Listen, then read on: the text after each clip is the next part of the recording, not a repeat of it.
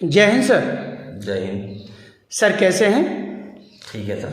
Hello my dear friend, this is Shiva Rathore from निश्चल पैरी। Is my dear Veeru, आप देख रहे एनपी न्यूज़ निश्चल पैरी। निश्चल पैरी में आज शिवा राठौर के तीखे सवाल में आपका स्वागत है। आज जिस शख्सियत से हम रूबरू करा रहे हैं वो है जनाब RD सिंह चौहान।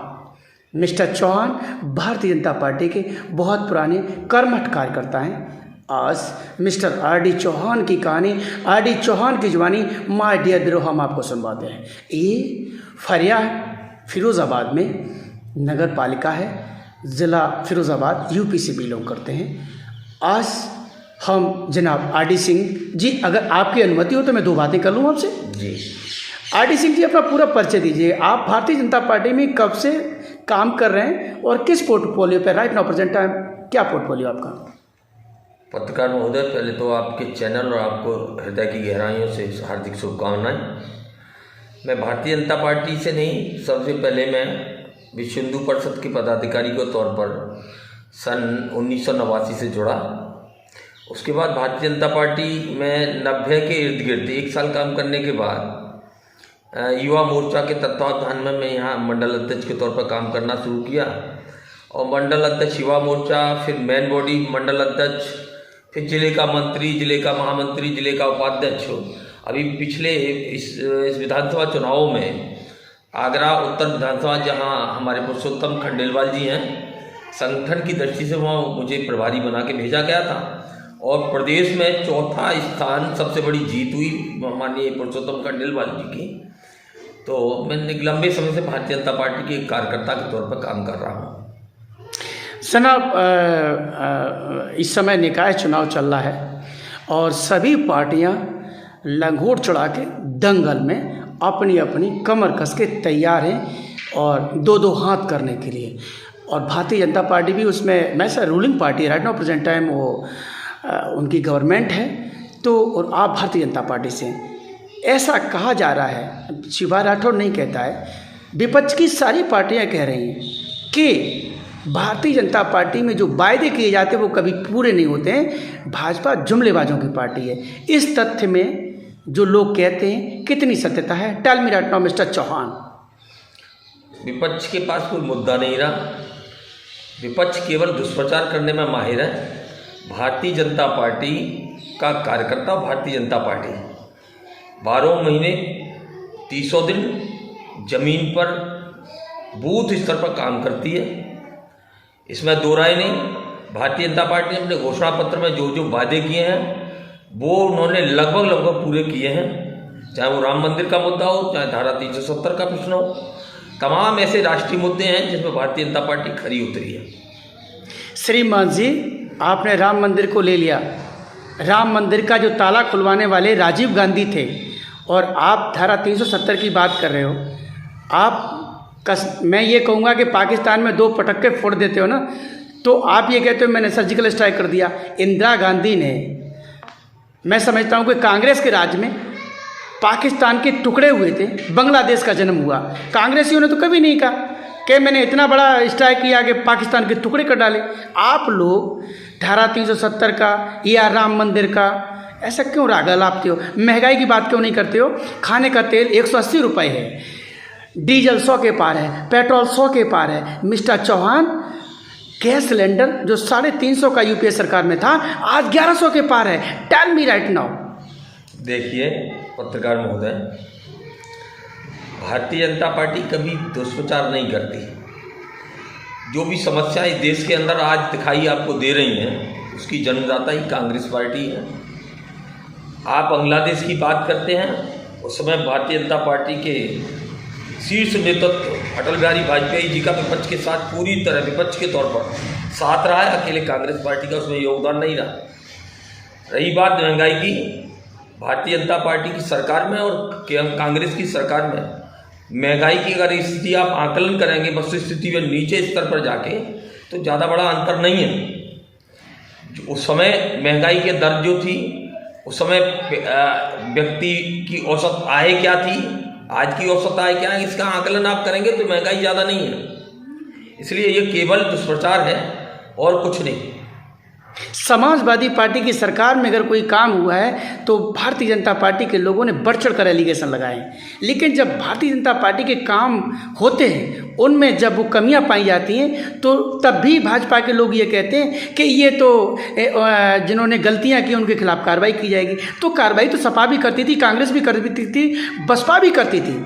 भारतीय जनता पार्टी की वर्तमान सरकार चल रही है केंद्र में। माननीय प्रधानमंत्री मोदी जी बुंदेलखंड एक्सप्रेसवे का उद्घाटन करने के 5 दिन बाद जब बारिश हुई तो माफ़ी चाहूँगा कि वो जो एक्सप्रेसवे ऐसे फटा जैसे खीरे की तरह से फट गया हो। ऐसा क्यों? पत्रकार महोदय जी, भारतीय जनता पार्टी का जो केंद्रीय नेतृत्व और प्रदेश नेतृत्व है, माननीय मोदी जी और माननीय योगी जी, इनसे बड़ा ईमानदार भूतो न भविष्यति अटल जी को छोड़ दिया जाए। ऐसे ईमानदार नेतृत्व पर अगर कोई प्रश्न चिन्ह खड़ा करता है तो मैं समझता हूँ वो परिपक्व राजनेता है नहीं। माननीय मोदी जी का त्याग, माननीय योगी जी का त्याग, आज राजनीतिक जो भ्रष्टाचार आपको दिखाई देता था, समाजवादी पार्टी और बहुजन समाज पार्टी के ऐसे नेता जिनके पास 5 बीघा जमीन नहीं हुआ करती थी, वो एक्सप्रेस में आपने देखा सर के नहीं? वो एक्सप्रेस में देखा? मैं उसका भी जवाब दूंगा जी, आपको। जी, जिन समाजवादी पार्टी के नेता और बहुजन समाज पार्टी के नेताओं के पास 5 बीघा जमीन नहीं हुआ करती थी, वो 500 बीघा जमीन के मालिक बने बैठे हैं। सत्ता प्राप्त करते ही नोएडा में आलीशान हॉस्पिटल, आलीशान उन्होंने सोसाइटी बना के खड़ा कर रखी है। मैं ऐसे लोगों की बात कर रहा हूँ, भारतीय जनता पार्टी के किसी नेता पर आज जब से सत्ता में माननीय मोदी जी और योगी जी आए हैं, एक भी आरोप विपक्ष के पास नहीं है। वो इनके भ्रष्टाचार के ऊपर कई आरोप लगा। येदियुरप्पा का नाम सुना है जनाब आपने? जी। पूर्व माफी चाहूँगा, पूर्व बीजेपी के राष्ट्रीय अध्यक्ष का नाम सुना है ना आपने? जी। फिर बताइए। मैं उनकी बात कर रहा हूँ। ये जांच, उसमें जो जांच में दोषी पाए गए, वो जांच जो है शायद सही तरीके से नहीं हुई। कांग्रेस की सरकारें थी, उसमें निश्चित तौर पर भारतीय जनता पार्टी के नेतृत्व को फंसाने का काम किया गया था। इस समय उत्तर प्रदेश में, यूपी में आपकी सरकार है और आपकी सरकार में बुंदेलखंड एक्सप्रेस वे बना है और वो उद्घाटन के 5 दिन बाद फट गया है। ये बसपा का, कांग्रेस का या सपा का तो रोल नहीं था ना उसमें? क्यों हुआ ऐसा? मैं मानता हूँ आपकी बात को, लेकिन पत्रकार महोदय उसकी जांच निष्पक्ष तौर पर चल रही है और जहां जो दोषी होगा उनके खिलाफ कार्रवाई की जाएगी। लेकिन सपा में तो ऐसा होता भी नहीं था। समाजवादी पार्टी में सरेआम फरिया में लोगों को चौराहे पर पीट दिया जाता था, फलों के ठेले पलट दिए जाते थे, पोलिंगें डंप करा दी जाती थी, कानून व्यवस्था छिन्न भिन्न थी, गुंडागर्दी हावी थी, कार्रवाई तक नहीं होती थी। भारतीय जनता पार्टी की जिस दिन से सरकार बनी है प्रदेश में, केंद्र में, कानून व्यवस्था सुदृढ़ है, गुंडागर्दी बिल्कुल शून्य स्तर पर आ गई है। जहां न्याय मिलना चाहिए वह न्याय मिलता है, जहां कार्रवाई होनी चाहिए वह कार्रवाई होती है। हाथरस की बेटी को कहां न्याय मिला? लगता है एक्सप्रेस वे में कहीं घपला हुआ है तो वहां निश्चित तौर पर मोदी और योगी का डंडा चलेगा और उसे बर्दाश्त नहीं कर पाएंगे। जनाब, पूरे देश का नेता हाथरस में आ गया था। हाथरस की बेटी को क्या इंसान मिल गया? वो तो रात को, मैं समझता हूँ कि आपने पूरी घटनाक्रम को आपने देखा होगा। सारी दुनिया ने उस घटनाक्रम को देखा। सरकार किसकी थी? किसानों के ऊपर गाड़ी चला दी, लखीमपुर में थार चढ़ा दी है। सरकार किसकी थी? क्या हुआ उसमें बताइए। हाँ, किसकी सरकार है? हाथरस के कांड में बेटी के साथ जो कुछ हुआ उसके साथ भारतीय जनता पार्टी की प्रदेश सरकार खड़ी हुई थी। न्याय भी मिला। आज जो भी आरोपी है वो जेल में बंद है। अगर समाजवादी पार्टी की सरकार होती तो किसी कीमत पर वहां न्याय नहीं मिलता, अपराधी बचा दिए जाते, आपकी पत्रकारिता खड़ी रह जाती, कोई देखने सुनने वाला नहीं होता, पत्रकार भी भयभीत थे। पत्रकारों की हत्याएं समाजवादी पार्टी की सरकार में हुई हैं। लखीमपुर घटना में क्या हुआ? लखीमपुर की घटना की भी जांच चल रही है। आपकी सरकार में अगर कोई केस होता है तो आप ये कह देते हो वो जांच का विषय है। ठीक इसी प्रकार से कांग्रेस की सरकार हो या बीएसपी की सरकार हो या सपा की सरकार हो, किसी भी सरकार में वो भी जांच का विषय होता है ना सर? महोदय, वहाँ तो जांच होती भी नहीं थी। हम लोग सड़कों पर आके आंदोलन करते थे जांच कराने के लिए, तो जांच की भी हामी नहीं भरी जाती थी। बिल्कुल आपने सही कहा। लेकिन भारतीय जनता पार्टी की सरकार में जहाँ भी होता है, अगर विपक्ष भी मांग करता है, जांच होती है और ईमानदारी से होती है।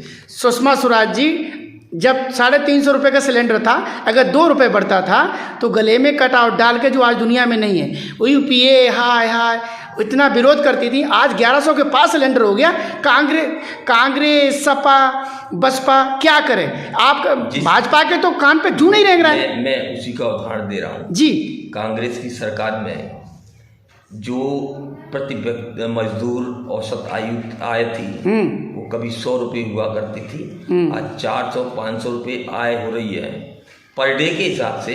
उसी हिसाब से महंगाई भी बढ़ रही है, तो उसमें कोई खास अंतर नहीं। सर, कहाँ किसानों की आय दोगुनी हो गई? आप लोग कहते हो, चिल्ला के कहते हो किसानों की आय दोगुनी हो गई। मैं किसान का बेटा हूँ, बताइए मेरी आय कहाँ दोगुनी हो गई है? महोदय बताइए। मैं भी किसान हूँ। हाँ।